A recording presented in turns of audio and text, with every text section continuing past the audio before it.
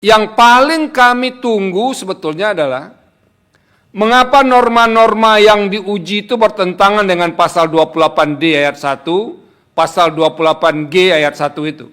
Nah itu harus dijelaskan. Ditunjukkan kepada kami mengapa itu bertentangan dengan konstitusi. Sebab yang kami nilai itu adalah pertentangannya itu. Nah untuk menjelaskan ada pertentangan itu, kuasa pemohon harus mengemukakan misalnya secara teori begini, secara praktek begini, lalu mengambil perbandingan di negara lain begini loh, kalau mau menggunakan ciptaan orang lain untuk pertunjukan. Apakah mempunyai masuk kategori blanket atau apa, itu harus dijelaskan. Ini kan ribut-ribut ini baru kedengaran akhir-akhir ini kan. Padahal undang-undangnya sudah lama ini. Jadi membawa ke sini menjadi lebih clear. Nah tolong itu dijelaskan di alasan-alasan permohonan. Sehingga nanti misalnya kalau kami menganggap ini permohonan layak, memenuhi syarat-syarat formil tadi, lalu kami mau mendalami, ini permohonan akan dikirim ke Presiden dan DPR. Kenapa? Presiden dan DPR nanti akan menjelaskan mengapa norma ini dirumuskan begini. Jadi kalau tidak dijelaskan pertentangannya, Presiden dan DPR mau menjelaskan apa? Nah itu pentingnya dikemukakan. Nah kami nanti bertiga tambah 6 hakim konstitusi yang lain memutuskan ini, memperdebatkan dulu. Mulai dari ini kewenangan mahkamah atau tidak. Kalau lolos di situ, ini para pemohon memiliki legal standing atau tidak. Kalau memiliki legal standing, ini substansinya cukup kita putus tanpa perlu pleno atau tidak. Nah itu diperdebatkan. Kalau misalnya semuanya mengatakan, ini kita sudah paham ini, nggak perlu ke pleno. Nah ini naskahnya kita putus sendiri tanpa mendengarkan pembentuk undang-undang. Tapi kalau kami merasa perlu pendalaman, maka ini akan diminta nanti DPR dan Presiden sebagai pembentuk undang-undang menjelaskan norma-norma yang diuji ini. Nah itu pentingnya. Jadi kalau yang kita minta, yang kita persoalkan tidak jelas, apa yang mau diterangkan oleh orang lain? Jangan nyanyi aja yang jelas. Nah ini menjelaskan permohonan ke Mahkamah Konstitusi harus jelas juga. Nah yang terakhir, soal petitum.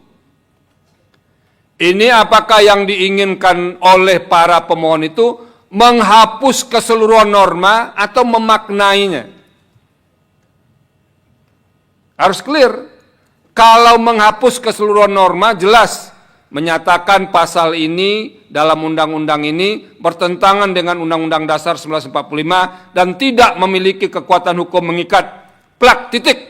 Itu artinya semua norma dihapuskan, dinyatakan inkonstitusional. Tapi kalau ada pemaknaan harus jelas. Tadi yang mulia Prof. Eni dan yang mulia Pak Arsul mengatakan, apakah yang minta dimakna itu frasa atau kata tertentu saja? Atau yang minta dimakna itu seluruh normanya?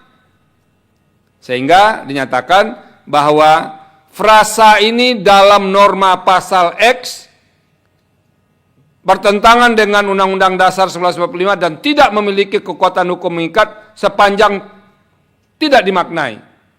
Jadi apa pemaknaan barunya? Nah itu clearnya begitu. Nah kalau itu lancar semua dari awal sampai ke ujung, nah nanti tinggal ditunggu hasilnya. Kalau misalnya dibawa ke ke pleno, nanti akan ada DPR yang menjelaskan. Akan ada pihak presiden, ada kemungkinan datang ahli juga. Jangan-jangan nanti kita suruh nyanyi juga di sini. Gitu. Nah, itu. Jadi tugas para kuasa hukum adalah memberikan elaborasi yang clear kepada mahkamah agar mahkamah tidak salah dalam mengambil sikap. Karena ini kita penting sekali para pekerja seni ini. Kalau dunia ini nggak ada seninya, ini dunia ini akan kaku banget begitu. Membosankan. Tapi kalau para pekerja seni sudah saling berkelahi, jadi repot juga kita. Nah, sudah benar membawa ini ke sini, nanti akan kita putus dengan baik-baik. Tentu tergantung seberapa saudara-saudara menjelaskan kepada kami, karena itu yang akan dikontes nantinya. Nah, itu saja sih yang perlu disampaikan. Jadi sekali lagi tolong baca PMK nomor 2 tahun 2021. Di situ sudah diatur secara jelas. Di sini apa yang harus dimuat, di sini apa, di petitum itu apa. Itu saja.